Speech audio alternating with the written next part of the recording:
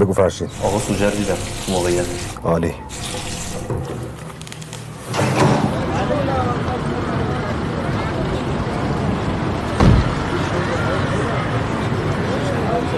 بچه های عملیات آماده باشید، ورود میکنیم. جمعه رو فعال کن، کلیه خطوط ارتباطی موقعیت قطع بشه. باشه.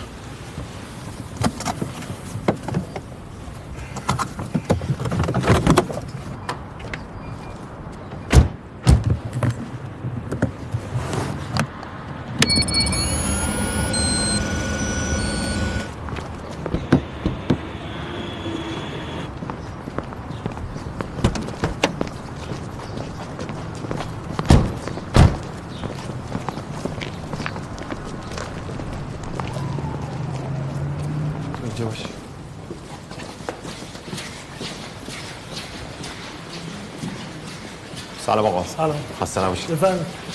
یوسف جان. بله. دوست عزیز یه لحظه تحمل کنید. سلام. سلام. خسته نباشید. بفرمایید بشین. ما سانسور. بشین. تو هم میشه. آقا شما بفرمایید بشین. پیش نمیاد. چند از طرف من این شنامه ها من جلوی در عکس کجاست؟ چه خبره اینجا؟ چه خبره؟ آقایون بشین سر جا. با کی کار داری؟ آقا چه خبره اینجا؟ چرا این تلفن قطعه؟ خانم کریمی؟ سلام. همه کارمندان رو جمع کنید وسط.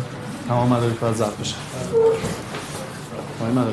تمام مدارک‌ها چک کنید.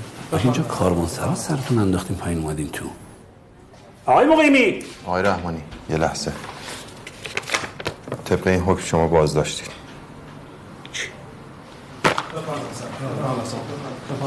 برو داخل تمام مدارک‌ها چک کن. بفهم. بشین آقا بشین. بشین آقا بشین. جمع کنین مسخره بازی‌ها رو. اصلا بگو ببینم تو کی هستی؟ باید با ما بیایید آقای دکتر. پرسیدم تو کی هستی؟ مأمور بازداشت شما.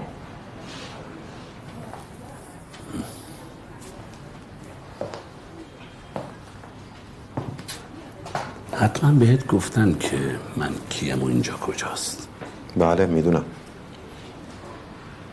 من به هر حال شما رو از اینجا با خودم میبرم. شما میدونید که این کارو میکنم. اینکه چجوری از اینجا برید بیرون دیگه بسته به خودتون.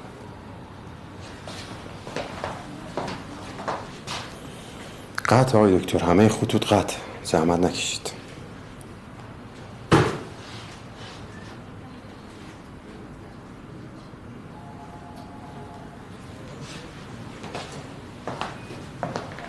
ببین پسر جان،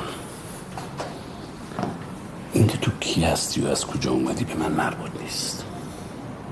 حتما میدونی که نمیتونی با تهدید منو دستگیر کنی. میفهمی؟ تهدید نیست آقای رحمانی. طبق حکمی که شما دیدید من به عنوان ضابط قانونی وظیفه دارم شما رو با خودم ببرم. گزینه دومی هم وجود نداره.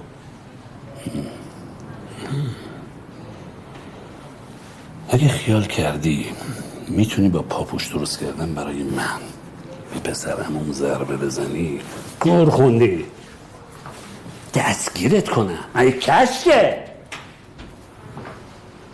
آقا جون، من مشاور ارشد یکی از مقامات رد بالایی مملکتم.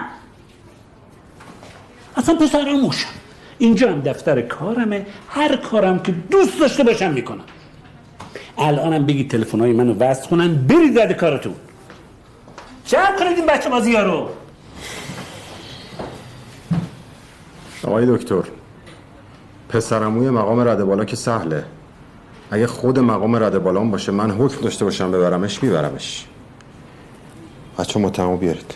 من با شما هیچ جا نمیام. مطمئنین؟ مطمئن، کاملا مطمئن. بیاریدش.